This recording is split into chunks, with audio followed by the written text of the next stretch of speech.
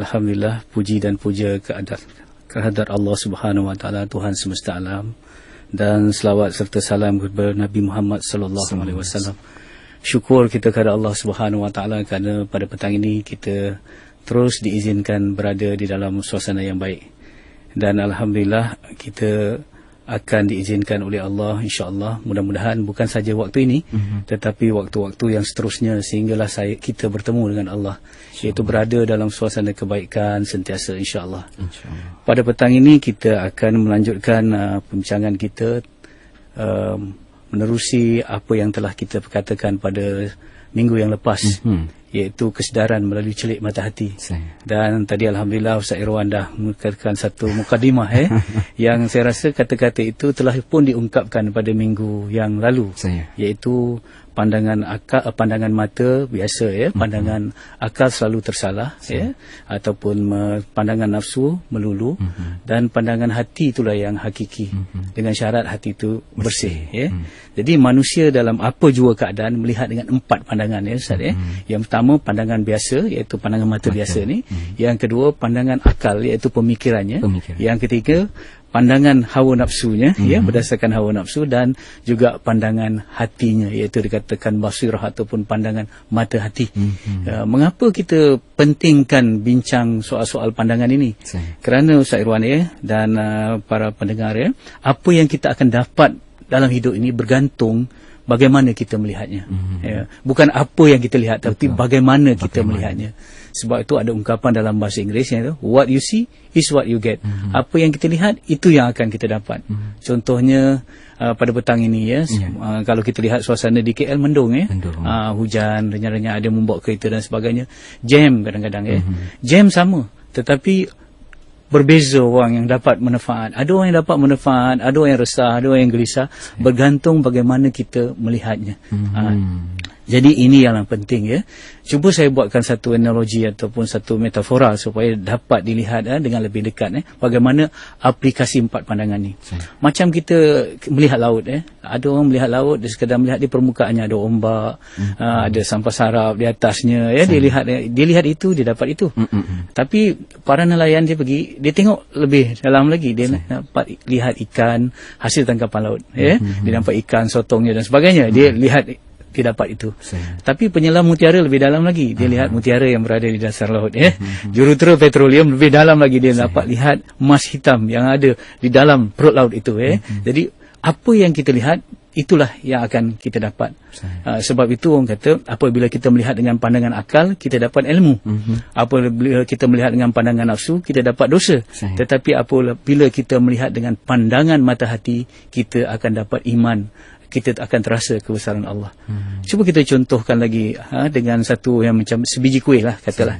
Kita lihat sebiji kuih, simple aja analogi ni, katalah bahulu lah. Semua orang kenal kuih bahulu. Ada orang yang melihat pandangan biasa, tengok, dia tengok, nampak warnanya coklat, bentuknya macam ni, ni kuih bahulu. Itu pandangan biasa. Tapi ada orang yang kedua lihat, ni chef, ini tukang masak, ini memang pakar kuih. Dia tengok je, dia rasa-rasa, tekstur dia kurang, ini ada kurang, ini rasa ni, dia tengok, ni bakar terlebih ataupun bakar terkurang.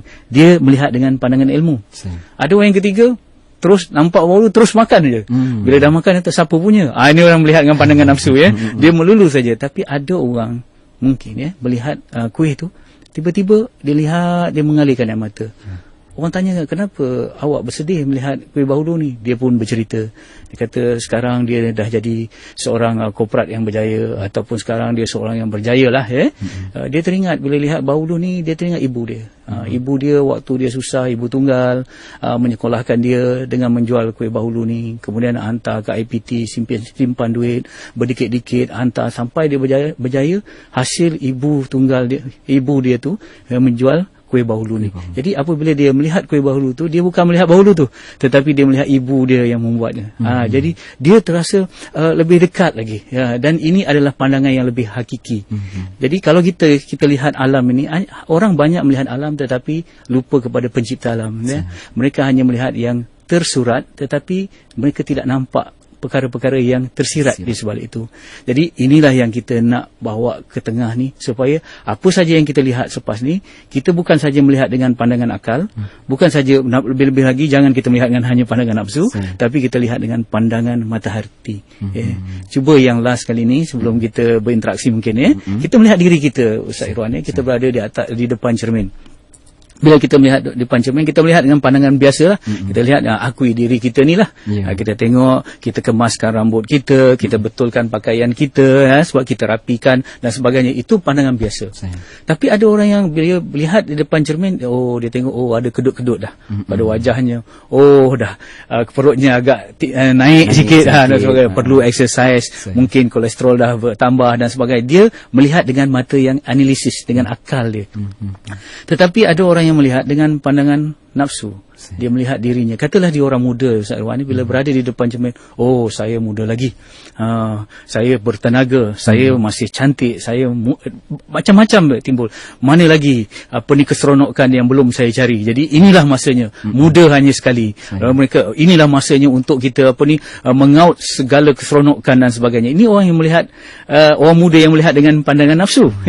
Ataupun ada juga orang tua yang melihat dengan pandangan nafsu. Dia tengok je, dia tengok dah umur dah 40 lebih ni kata. Tapi dia melihat dengan pandangan nafsu, Ustaz Dia tengok, dia kata life begin at 40. Belum lagi tua sebenarnya, ini baru bermula. Jadi dia kata man like wine, lelaki macam arak, dia kata makin tua makin ini. Dia jadi makin tua makin macam miang-miang keladi lah. Maksudnya dia berterusan untuk melakukan maksiat. Tak pernah ada kata taubat dan ibadah dalam kamus hidupnya. Bahkan kita inilah masanya untuk dia meneruskan kejahatan-kejahatan yang pernah ni. Tetapi Ustaz Irwan, kalau orang tu melihat dengan pandangan mata hati, bukan nafsu tadi. Kalau orang muda dilihat, aku muda. Muda adalah saat terbaik untuk dekati Allah. Sebab dalam Al-Quran semua cerita orang-orang muda yang beriman. Ashabul Kahfi, Ashabul Ukhdud dan sebagainya, dia kata muda terbaik untuk dekat. Muda bukan sekali, muda 2 kali. Satu di dunia yang akan berakhir dengan tua, tapi di akhirat muda yang terus berkekalan. Jadi saya akan korbankan muda yang sekali di dunia ini dengan melakukan banyak ibadah supaya saya muda seterusnya dan berkekalan di akhirat. Ini orang yang muda yang melihat dengan pandangan mata hati. Ataupun orang tua, dia melihat dengan pandangan mata hati. Dia tengok saja di diri dia di cermin. Ya Allah, saya dah tua. Teringat dia kepada kisah Imam Syafi'i. Ketika usianya 40 tahun, Imam Syafi'i seorang yang atlet, seorang yang pemanah, seorang penunggang kuda yang baik dan sebagainya. Tetapi waktu umur 40 tahun, dia telah memegang tongkat. Jalan pakai tongkat. Tak ada apa-apa. Bila orang tanya, ya Imam, kenapa engkau bertongkat? Aku ingin mengingatkan diriku dengan tongkat ini bahawa jalanku semakin hampir menuju Allah. Jadi hari ini aku nak pecut terus menuju Allah. Jangan kamu bagi hadiah-hadiah lagi waktu ni. Saya nak terus tumpuan hati terus pada Allah. Artinya macam dalam perjalanan dia dah masuk gear 5 dah menuju Allah. Tapi orang tua yang melihat dengan pandangan maksud tadi tak masuk gear lagi. Tak rasa macam tak akil balik. Sebab tu orang kata ada orang yang akil balik pada usia 55 tahun, bukan 15 tahun ya Ustaz Irwan. Jadi inilah yang kata pandangan mata hati tadi Ustaz Irwan. Itu sajalah sebagai permulaan. Kalau ada respon daripada pendengar, kita boleh ini, tapi kalau kita boleh teruskan, insya-Allah Jadi itu sebagai mukadimah kita pada petang ini untuk rancangan Mukmin Profesional kita bersama yang bahagia Ustaz Fahrul Mat Joy, yang kita bawakan pada petang ini untuk solat destinasi ummah kita dengan tajuk melihat menerusi pandangan mata hati. Kita berikan peluang pada anda untuk anda ingin berinteraksi bersama yang bahagia Ustaz. Anda boleh hubungi kami di talian 03-6205-1500 ataupun boleh terus juga ke Facebook ikim.fm untuk menyatakan komen dan juga persoalan anda. Jadi untuk anda boleh bersama-sama kami insya-Allah. Dan sebagai respon daripada pengantar yang terawal ni Ustaz dalam Facebook, daripada Muhammad Zawawi Abdul Hamid, katanya Assalamualaikum Ustaz. Waalaikumsalam. Untuk menjadi mukmin profesional hendaklah berilmu, kerana dengan ilmu kita dapat menjaga hati. Itu sebagai komen ringkas daripada Muhammad Zawawi. Dan mungkin juga satu persoalan yang boleh kita bantu daripada Wan Muhammad ni, katanya Ustaz, bagaimana kita nak mewujudkan suatu peningkatan dalam diri dari corak pemikiran sehebat seperti Stephen Jobs, seperti ilmuwan Islam, bagaimana kita nak capai tahap itu Ustaz? Mungkin Ustaz ada respon dengan persoalan Wan Muhammad, silakan. Saya cuba respon tentang bagaimana kita nak dapat kecerahan pemikiran, kecerdasan akal dan sebagainya. Jadi dia boleh ditempuh secara jalan biasa, iaitu dengan kita menambah berterusan ilmu kita secara belajar, secara formal ataupun tidak formal, ataupun cara kita membaca berterusan. Membaca tu anak ilmu, kunci kepada pengetahuan. Tetapi dalam Islam dia ada satu kaedah lagi yang lebih cepat lagi daripada Steve Jobs yang kita katakan tadi, iaitu Imam Ghazali kata, kalau kita gilap hati kita, kalau kita gilap hati kita, maksudnya hati itu bersih, ilmu tu akan memancar dari dalam, bukan saja daripada luar, daripada pembacaan kita, tetapi dari dalam diri kita sendiri yang timbul. Itu yang kata, apabila hati kita dibersihkan daripada dosa, dia akan dapat banyak ilmu-ilmu yang dikatakan yang secara belajar, secara formal, dan juga Allah campakkan kefahaman itu ke dalam hati kita. Ini yang kaedah yang banyak didapati oleh ulama-ulama silam dahulu, hasil mereka membersihkan hati dan mengasah pemikiran. Asah pemikiran tu cara belajar secara formal, tetapi pada masa yang sama mereka mengasah hati, membersihkan hati, agar tidak terlibat dengan dosa-dosa, tengah maksiat, jaga makanan dan sebagainya. Itu yang pernah diadukan oleh Imam Syafi'i kepada gurunya. Dia kata sukar nak menghafal sekarang ni, macam mana? Kata lihat pada dosa-dosa, apakah dengan dosa-dosa itu menyebabkan kita akan sukar untuk menghafal. Jadi beginilah dalam ajaran Islam, kita harap kita tempuh dua jalan. Satu, jalan kita menambah secara kaedah biasa ni, iaitu kita cara belajar, berguru dan sebagainya. Yang kedua, kita tempuh jalan mujahadah, iaitu kita membersihkan hati kita, dan insya-Allah apabila bertemu kedua-dua cara ni, kita akan dapat lebih daripada apa yang didapati cara-cara yang biasa ni.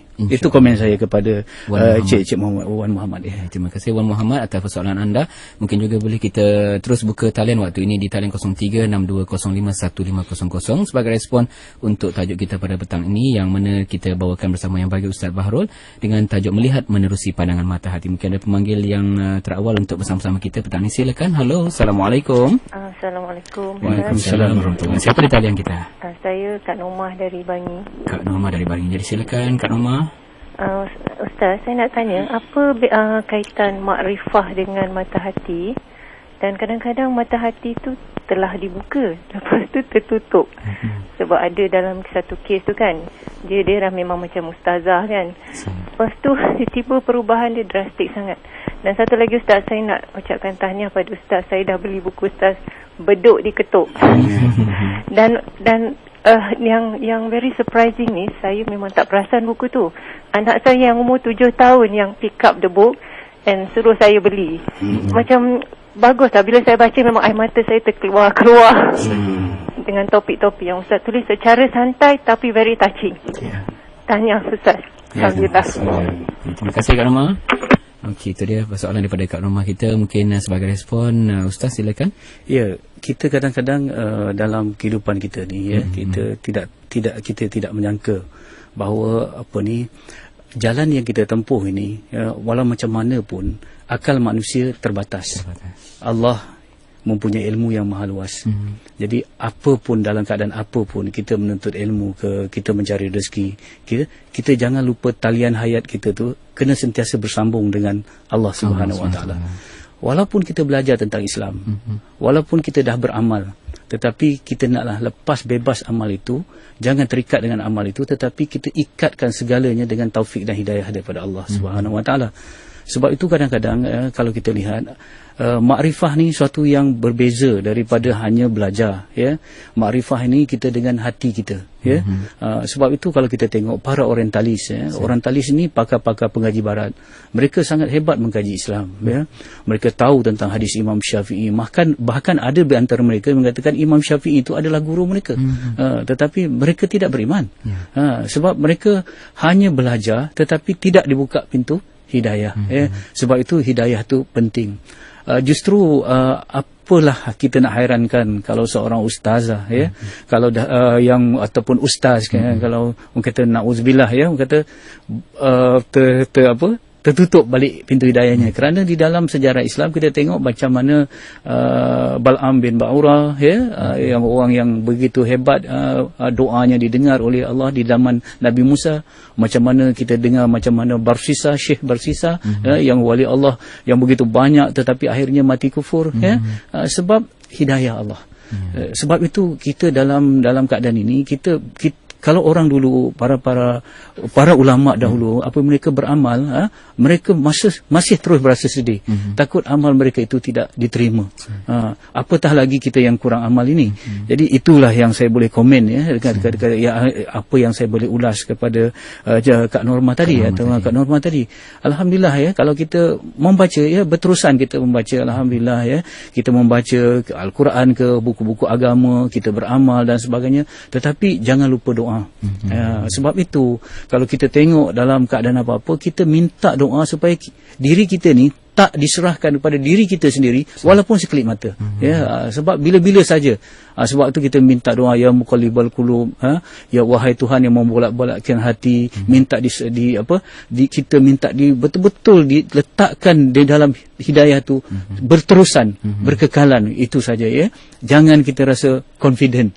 Sebab itu saya dah pesankan pada diri saya dan juga para pendengar daripada minggu-minggu yang lalu dalam jalan menuju Allah ni, kalau kita tak dapat tu, lebih baik lagi kata kita rasa dah dapat. Sebab bila kita rasa tak dapat, kita rasa tak sampai, kita terus berterusan. Tapi kalau kita rasa dah dapat, dah sampai dan sebagainya, sebenarnya kita belum sampai dan kita belum dapat. Gitulah.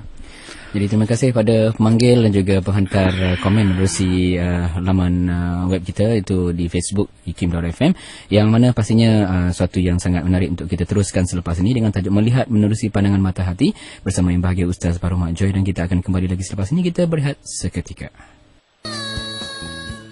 Saudara, kita masih lagi terus bersama untuk Destinasi Ummah pada petang ini dengan bersama kita untuk perbincangan kita dalam Mukmin Profesional, dan seperti biasa bersama kita bertemankan kita di studio yang bahagia Ustaz Farouk Mak Joy yang terus membawakan tajuk Melihat Menerusi Pandangan Mata Hati. Jadi untuk anda yang ingin berinteraksi bersama kami 03-6205-1500 juga boleh terus ke Facebook ikim.fm untuk menyatakan soalan juga pandangan anda. Jadi sebelum kita bersama berinteraksi dengan para pendengar Ustaz, mungkin Ustaz boleh menambah sedikit lagi antara input ataupun isi pengisian yang terbaik dalam tajuk kita pada petang ini. Silakan Ustaz. Sebab itu Ustaz Irwan apabila kita berada di hadapan cermin Rasulullah SAW mengajar kita untuk berdoa. Doa Allahumma kama hasanta halki fahsin hulki. Maksudnya, ya Allah, seperti mana kau telah sempurnakan wajahku, maka kau sempurnakanlah pekertiku, akhlakku. Jadi artinya kalau kita berada di depan cermin, kita bukan saja melihat wajah lahir kita. Wajah lahir ni dicipta dari tanah, dia akan menjadi makanan cacing. Tetapi wajah batin kita tu yang kita boleh melihat di sebalik cermin tu dengan pandangan mata hati. Apakah akhlak kita? Bagaimana hati kita? Apakah masih ada lagi sifat-sifat mazmumah kita? Apakah sudah kita bina sifat-sifat mahmudah kita? Apakah masih ada hasad, ada marah dan sebagainya? Kalau ada begitu, rupanya itulah yang kita nak bersihkan. Itu yang kita nak bersihkan supaya wajah kita tu, wajah batin kita sempurna seperti mana wajah lahir kita. Ini yang penting. Sebab itu bila di dalam kehidupan kita ini, kalau kita melihat semua dengan pandangan mata hati, kita akan dapat sentiasa ingat kepada Allah Subhanahu Wa Taala. Dan ingat kepada Allah Subhanahu Wa Taala inilah erti kejayaan dan ketenangan dalam hidup kita. Contohnya kalau kita belajar sains selama ni, kita tengok dah, kita begitu detail belajar sains. Contohnya tentang berudu, kita tengok berudu tu macam mana daripada insang, dia kemudian jadi katak menggunakan paru-paru, kemudian bila tumbuh kakinya, bila kaki depannya hilang dan sebagainya, begitu detail berapa minggu dan sebagainya. Tetapi kadang-kadang kita terlupa pencipta yang hebat, yang menciptakan sistem pernafasan yang berubah daripada menggunakan paru-paru daripada insang menggunakan paru-paru, macam mana pergerakan itu daripada dia kehidupan dan sebagainya. Jadi kita melihat dengan pandangan mata hati, barulah kita terasa kebesaran Allah Subhanahu Wa Taala. Contoh, dalam kehidupan kita ni, kita akan bertemu dengan musibah. Ujian hidup ni sentiasa berlaku. Kalau anda di sana ataupun kita yang di dalam konti ni, sentiasa kalau kita senaraikan masalah kita, terlalu banyak masalah kita. Jadi, tetapi apabila kita melihat dengan pandangan mata hati, barulah kita tahu bahawa masalah-masalah ini Allah datangkan kepada kita adalah untuk mengeluarkan kita daripada keadaan yang kurang baik kepada yang lebih baik. Kerana seperti mana suntikan cacar tu kalau kita disuntik sikit supaya keluar antibody tu kekuatan itu akan timbul.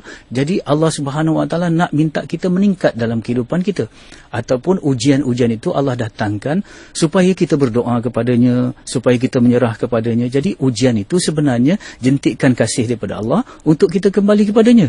Jadi sebab itu bila orang datang menyebabkan kita marah, kita boleh, orang yang pandangan mata hati kata, oh ini Allah datangkan orang ini untuk mengajar aku sifat sabar, misal kata. Dia sentiasa melihat dengan pandangan mata hati. Oh kalau keadaan ini aku cari wang untuk perbelanjaan, sepatutnya banyak ni, tiba-tiba dapat sikit macam ni. Oh, apa sebenarnya yang berlaku? Dia melihat dengan pandangan mata hati. Jadi apabila dia melihat dengan pandangan mata hati, ini yang dikatakan basirah, ini yang dikatakan tauhidic mindset, ataupun pandangan berasaskan tauhid, yang menyebabkan kita dalam kehidupan kita, walaupun ada kesusahan, saya dah katakan, tetapi kita boleh sabar menghadapinya. Kalau tidak, kita akan sentiasa ada why, tanda tanya yang besar. Kenapa jadi macam ni? Kenapa jadi macam ni? Kenapa macam ni? Akal kita terbatas. Nafsu kita sentiasa tak puas. Pandangan mata biasa tidak akan dapat menerobos sesuatu yang tersirat. Jadi kalau kita berdasarkan pandangan mata biasa, mata akal, lebih lagi nafsu, kita akan lesu. Kita akan letih, emptiness, kekosongan, loneliness, rasa kesunyian dalam hidup ini. Tapi kalau kita melihat dengan pandangan mata hati, apa saja dan sebagainya, terasa benar Allah dekat dengan kita. Itu yang penting. Itu yang penting.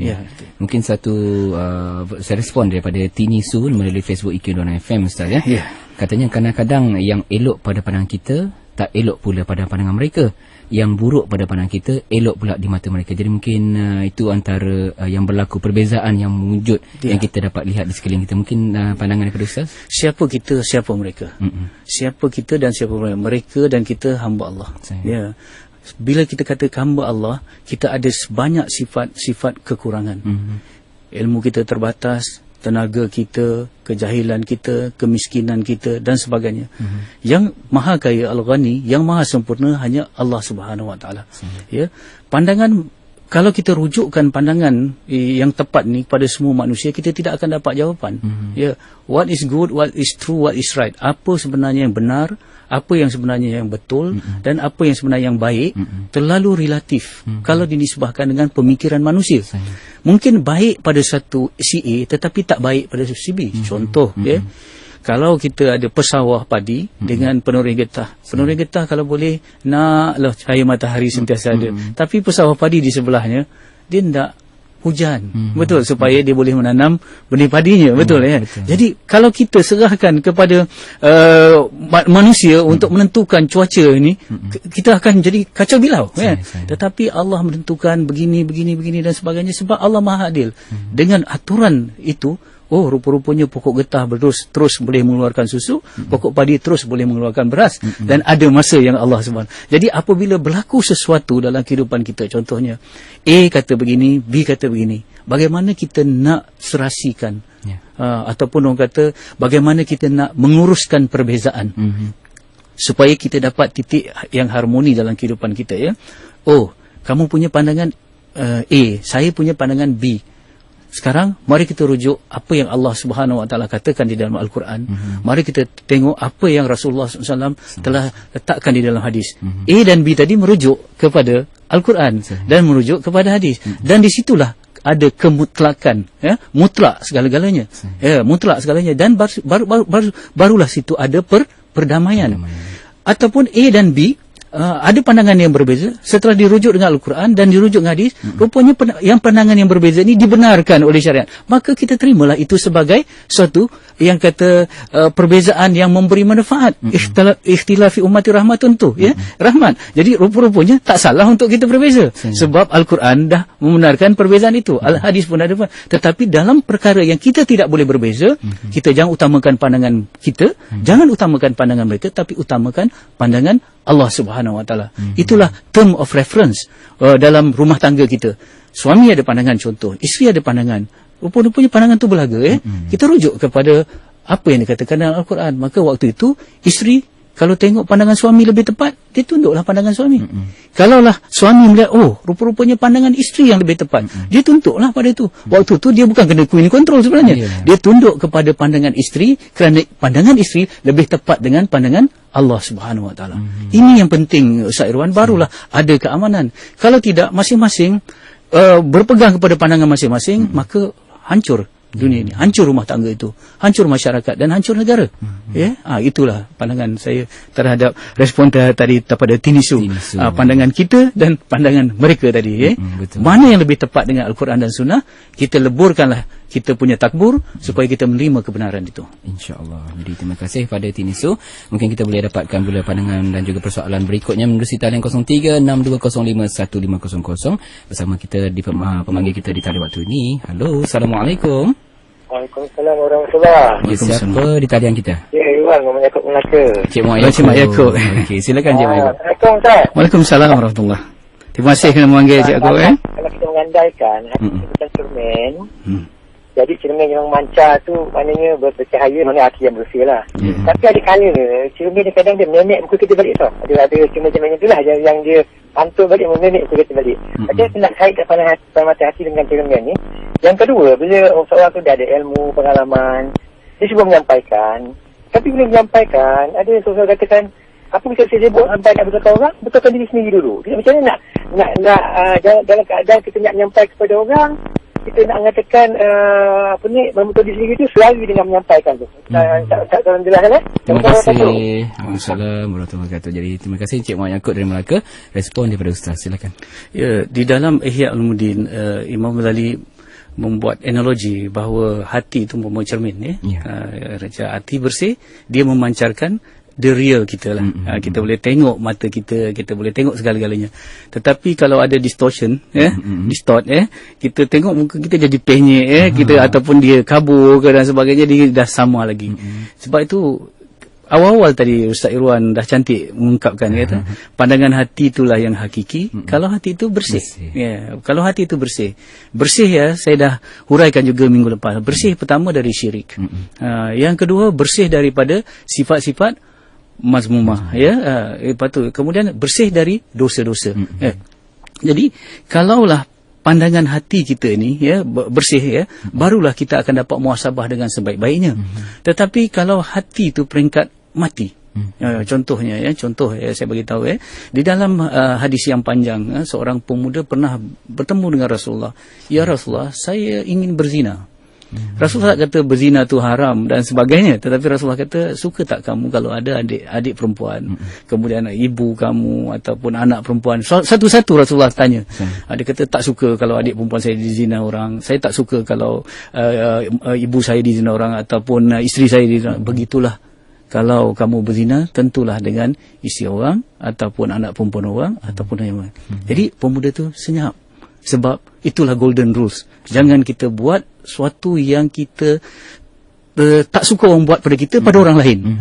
Rasulullah telah menimbulkan fitrah hatinya. Sebab hati pemuda itu hidup. Jadi apabila ditanyakan soalan, digilak-gilak, akhirnya hati itu bercahaya balik. Tetapi cuba kita tengok kepada orang yang minta maaf, masalah yang merogol anak sendiri. Kalau kita tanya, kamu kalau rasa macam mana kalau anak sendiri kamu dizinahi orang, apa orang yang macam ni nak kata? Dia pun berzina, dia pun menodai anak dia sendiri, sebab hati tu dah mati. Hati tu dah mati. Sebab tu kita kena jaga 4 peringkat hati. Peringkat pertama, kalau kita buat, kita ada rasa berdosa. Peringkat ron tu, titik-titik hitam tu, kita rasa berdosa. Guilty conscious, itu yang Allah berikan pada hati sebagai modal untuk kita bertaubat. Ada rasa penyesalan, guilty conscious. Tetapi kita berterusan berdosa sampai ke peringkat kedua, dah biasa dengan dosa. Biasa dengan dosa dah. Rasa tak ada apa-apa. Kemudian bila masuk ke tahap ketiga, kita akan rasa manis dengan dosa. Bertukar. Yang itu dah dan akhirnya keempat, kita menjadi pembela dosa. Artinya waktu tu hati dah benar-benar mati. Hati itu dah benar-benar mati. Jadi kita takut, yang kita kata tadi, apabila kita merujuk kepada hati yang mati ni, wah, Itu yang dia kata ikut rasa binasa, ikut hati mati tu. Itu yang tak boleh bila hati tu dah mati, hati. Sebab tu kita kena hidupkan hati. Hidupkan hati kita katakan dengan ilmu, dengan zikrullah, dengan ingat mati, dengan cara-cara yang kita dah pelajari di dalam syariat tadi. Kemudian tentang betulkan diri kita untuk menyuruh orang lain.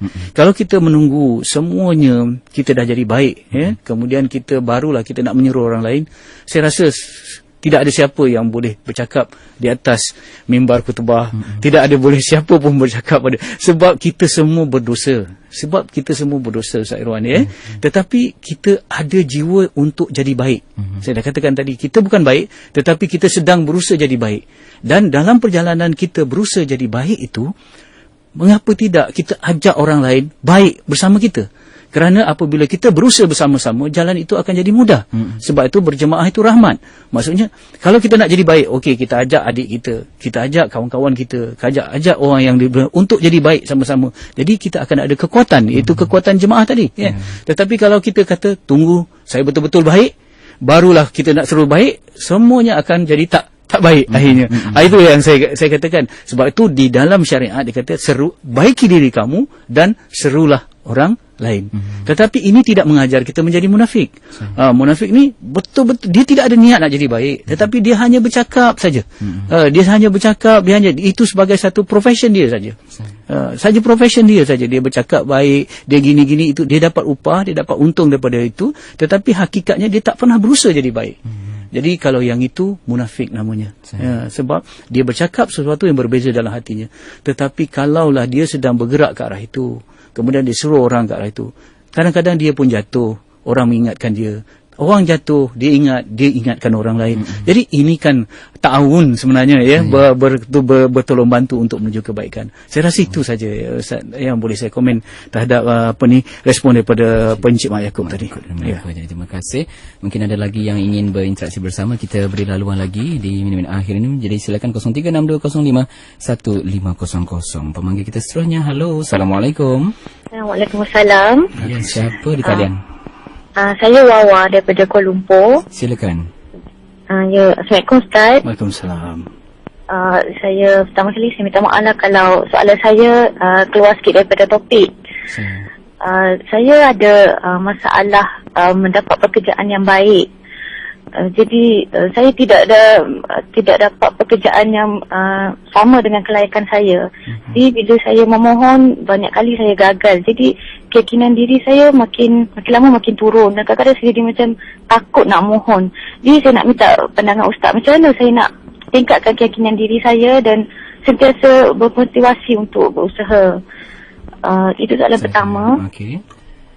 Soalan kedua saya, bila saya semayang ataupun buat ibadah, macam mana kita nak ikhlaskan yang kita buat tu kerana Allah, bukan kerana kita nak dapat kerja ke ataupun kita nak impian hajat kita ditunaikan. Sebab benda tu susah. Kadang-kadang bila kita semayang, kita macam ingat, kerja, harap aku dapat kerja macam tu kan. Itu soalan kedua. Dan soalan ketiga saya, macam mana kita nak sentiasa bersemangat untuk buat ibadah. Sentiasa nak baca Quran ke, nak semayang. Sebab kadang-kadang bila kita lama-lama buat, kita rasa macam bosan. Itu soalan saya. Okey. Terima kasih Ustaz. Sama-sama. Okey, itu dia dari Wawa Kuala Lumpur. Mungkin kita boleh cantumkan persoalan-soalan ini yang saya rasa boleh kita lihat menerusi hati itu bermula. Jadi pandangan mata hati. Jadi mungkin Ustaz boleh respon, silakan. Ya, pertamanya saya ingin menegaskan bahawa apa yang Cik Wawa katakan ataupun permasalahan kita semualah. Ini permasalahan manusia. Betul. Selagi manusia hamba, dia bukan menentukan, dia ditentukan. Takdir Allah sentiasa mengatasi tadbirnya. Maksudnya ada perkara yang kita tak suka, kita akan temui dalam hidup ni. Ada yang kita tidak jangka berlaku. Apa yang kita tak suka tak dapat. Apa yang kita tak jangka dapat. Jadi itu menunjukkan kita masih hamba. Artinya waktu itu apabila takdir datang kepada kita sebagai hamba, kita kena terima. Kita tidak boleh memberontak. Kalau kita memberontak ataupun kita kata macam mana terjadi ni, artinya waktu itu kita punya sifat kehambaan terjejas. Tapi bukan artinya kita pasrah dan menyerah begitu. Sebab Allah Subhanahu Wa Taala berikan pada kita pemikiran, Allah Subhanahu Wa Taala kurniakan kita hati. Dengan hati itu kita boleh beriman, kita boleh adjust hati kita. Kita boleh adjust pemikiran kita. Sebab tu dalam ungkapan, selalu saya ungkapkan ini, we cannot direct the wind, but we can adjust our sails. Kita tidak boleh kawal arah tiupan angin. Angin nak bertolak selatan, utara dan sebagainya. Tapi kalau kita kapal layar, kita nak pergi ke selatan, kita adjust je layar kita. Di situlah yang dikatakan tadbir kita. Yang kata iman kita tadi, pemikiran kita. Sebab itu orang tua kita kata dulu, kalau kita tak dapat apa yang kita suka, kita kena suka apa yang kita dapat. Artinya kita kena adjust diri kita. Sebenarnya dalam hidup kita, kalau kita nak bagi tahulah, ini pengalaman hidup saya sendiri. Ustaz Irwan pun ada. Pada mulanya kadang-kadang dalam episod kehidupan ini, kita tak dapat buat kerja apa yang kita minat. Kita tak dapat buat kerja apa yang kita minat. Ataupun apa yang kita suka, yang dulu kita belajar, kita rasa kita nak buat itu. Tiba-tiba kita dapat perkara yang lain. Kerana apa? Kerana Allah Subhanahu Wa Taala waktu itu mendidik kita supaya apakah kita boleh menerima takdir Tuhan baik dan kita buat terbaik walaupun perkara yang kita terima tu kita rasa tak baik. Kita buat yang terbaik dulu. Itu dalam mana-mana kaedah motivasi. Saya baca dalam buku Inggeris sendiri pun, Barat pun dia kata, mula-mula kita buat apa yang kita perlu buat. Nanti sampai ke satu tahap, kita baru boleh buat apa yang kita suka buat. Kita kena buat apa yang kita perlu buat. Jadi sekarang ni katalah kita, kelulusan kita, kepekerjaan kita ni tak sesuai dengan kelulusan kita. Kita buat yang terbaik. Kita buat yang terbaik. Dan waktu itu kita niatkan ibadah kepada Allah. Kita niat ini takdir daripada Allah dan sebagainya. InsyaAllah hasil kesedaran kita itu, kesabaran kita, Allah akan beri sesuatu yang lebih baik nantinya. Sebab, minta maaf ya kalau saya katakan, baik tak baik ni, baik atau buruk ni relatif. Hanya daripada pemikiran manusia saja. Di sisi Allah, apa yang Allah takdirkan untuk hamba-Nya adalah baik. Walaupun kita belum nampak kebaikannya. Ramai orang yang dibuang kerja, dia rasa waktu tu tak baik. Tetapi waktu tu dia dah mula perniagaan. Akhirnya dia jadi korporat yang berjaya. Kalau dia tahulah dulu, waktu dia kena buang kerja, dia kata bukan innalillah. Dia kata alhamdulillah. Sebab itu perjalanannya untuk menjadi seorang korporat yang berjaya. Kan? Jadi, kita the future not out to see. Ataupun keadaan masa depan kita tak dapat lihat. Tetapi apa yang penting ialah kita menjadi hamba Allah pada setiap keadaan. Yang kedua, saya ingin ikat dengan kita beribadah. Beribadah ni tingkat keikhlasan ni banyak. Ada orang kata kalau kita beribadah kerana syurga dan neraka, kita masih ibadah sebagai seorang peniaga kerana kita hendakkan imbalan daripada itu. Tetapi itu tidak menjejaskan keikhlasan kita. Contohnya, kita solat, memang kita niat untuk sebagai penghambaan kita kepada Allah. Tetapi sebagai hamba Allah, Allah minta di dalam Quran supaya kita meminta. Kita memintalah apa yang kita mintalah pada Allah. Kita minta apa yang kita nak, rezeki yang halal, pekerjaan yang baik. Itu tak menjejaskan keikhlasan kita kepada Allah. Sebab kita sebagai hamba, Allah suruh minta. Minta. Kita minta kepada Allah. Itu yang dikatakan apabila kita beribadah kepada Allah, apabila kita meminta kepada Allah sebagai hamba-Nya, itu tidak menjejaskan keikhlasan kita kepada Allah. Itu yang saya kata. Baik, yang ketiga tentang semangat semangat kita beribadah kepada Allah ini, macam mana kita nak. Pertama, kita beribadah ni kita jangan ikut semangat. Kata dawamuha wa in qalla, dia kena berkekalan dan walaupun sedikit. Jangan buat banyak tiba-tiba nanti kita jemu. Kita buat dawam, kita buat berkekalan sedikit tak apa, tapi berkekalan. Kemudian yang kedua, kita dalam ibadah sunat contohnya, kita pelbagaikan. Jangan satu sudut pelbagaikan sedekah, yang ini senyuman, yang ini sembahyang duha, yang ini kita pelbagaikan. Jadi kita orang kata ada banyak varieties banyak kepelbagaian. Jadi kalau kita tumpu solat saja, nanti kita akan jemu di situ kan. Kita buat saja yang dalam ibadah sunat. Tapi dalam ibadah yang wajib kita tak bolehlah pilih-pilih tapi yang ini saya kata kepelbagaian. Yang kedua, cari rakan. CES kata Jadi kawan yang baik ni, bila kita lupa dia mengingatkan, bila kita ingat dia membantu. Jadi kadang-kadang bila kita dah sebab itu untuk jadi baik kita kena bersama-sama. Kita kena bersama-sama. Tak boleh seorang jadi baik, tak boleh. Tidak ada orang kata dalam kehidupan Islam ni seperti Robinson Crusoe, tak ada. Duduk satu pulau kita nak jadi baik, tak ada. Kita kena ramai. Kita kena ramai. Itu yang kata berjemaah tadi. Alhamdulillah. Terima kasih atas respon anda. Mungkin kita tak dapat menerima pandangan dan juga soalan daripada anda melalui Facebook dan juga telefon. Dan mungkin sebagai akhirnya dalam masa seminit ni Ustaz, mungkin Ustaz boleh simpulkan kembali dengan tajuk kita pada petang ini yang lebih kita menjurus ke soal melihat menerusi pandangan mata hati. Silakan. Saya ingin tegaskan bahawa kita mesti melihat hidup ini menerusi pandangan pencipta hidup. Kerana itulah pandangan yang paling tepat, yang paling benar. Kita jangan lihat hidup menerusi pandangan kita. Kerana kita hanya dihidupkan. Jadi kita kena merujuk selalu kepada pandangan Allah Subhanahu Wa Taala, maka itulah pandangan yang tepat. Bila pandangan kita tepat, kita akan dapat dalam kehidupan yang sementara ini sesuatu yang tepat juga. Ingat apa yang saya katakan lebih awal tadi, what you see is what you get. Apa yang kita lihat, itu yang kita akan dapat. Jadi pandanglah hidup ini dengan tepat, mengikut pandangan pencipta hidup, supaya apa yang kita dapat adalah sesuatu yang tepat sebagai bekalan kita untuk menuju kehidupan yang lebih kekal abadi, iaitu di akhirat kelak, insya-Allah. InsyaAllah. Alhamdulillah. Jadi